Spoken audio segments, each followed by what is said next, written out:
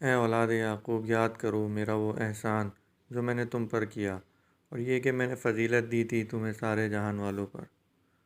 اور ڈرو اس دن سے جب نہ بدلہ دے سکے گا کوئی شخص کسی کا کچھ بھی، اور نہ قبول کی جائے گی اس کے لیے سفارش، اور نہ لیا جائے گا اس سے کوئی معاوضہ، اور نہ وہ مدد کیے جائیں گے۔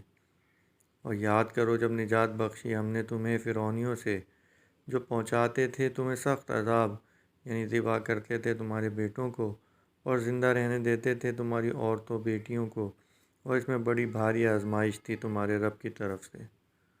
اور جب پھاڑ دیا ہم نے تمہارے لیے سمندر کو، پھر ہم نے بچا لیا تم کو اور ڈبو دیا فرعونیوں کو، اور تم کنارے پر کھڑے دیکھ رہے تھے۔ اور یاد کرو جب ہم نے وعدہ فرمایا موسیٰ علیہ السلام سے 40 رات کا، پھر بنا لیا تم نے بچھڑے کو معبود ان کے بعد، اور تم سخت ظالم تھے۔ پھر بھی درگزر فرمایا ہم نے تم سے اس ظلم عظیم کے بعد، شاید کہ تم شکر گزار بن جاؤ۔ اور جب عطا فرمائی ہم نے موسیٰ علیہ السلام کو کتاب اور حق و باطل میں تمیز کی قوت، تاکہ تم سیدھی راہ پر چلنے لگو۔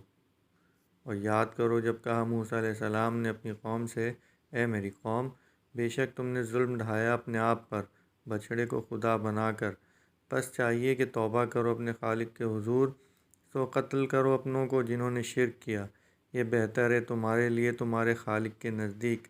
پھر حق تعالیٰ نے تمہاری توبہ قبول کر لی، بے شک وہی بہت توبہ قبول کرنے والا، ہمیشہ رحم فرمانے والا ہے۔ اور یاد کرو جب تم نے کہا، اے موسیٰ علیہ السلام، ہم ہرگز ایمان نہیں لائیں گے تجھ پر جب تک ہم نہ دیکھ لیں اللہ کو ظاہر۔ پس اس گستاخی پر آ لیا تم کو بجلی کی کڑک نے، اور تم دیکھ رہے تھے۔ پھر ہم نے جلا اٹھایا تمہیں تمہارے مر جانے کے بعد کہ کہیں تم شکر گزار بنو۔ اور ہم نے سایہ کر دیا تم پر بادل کا، اور اتارا تم پر من و سلویٰ، کھاؤ پاکیزہ چیزوں سے جو ہم نے تمہیں دے رکھی ہیں۔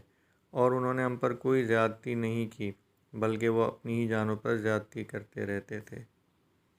اور یاد کرو جب ہم نے حکم دیا داخل ہو جاؤ اس بستی میں، پھر کھاؤ اس میں جہاں سے چاہو اور جتنا چاہو، اور داخل ہونا دروازے سے سر جھکائے ہوئے، اور کہتے جانا بخش دے ہمیں، بخش دیں گے تمہاری خطائیں،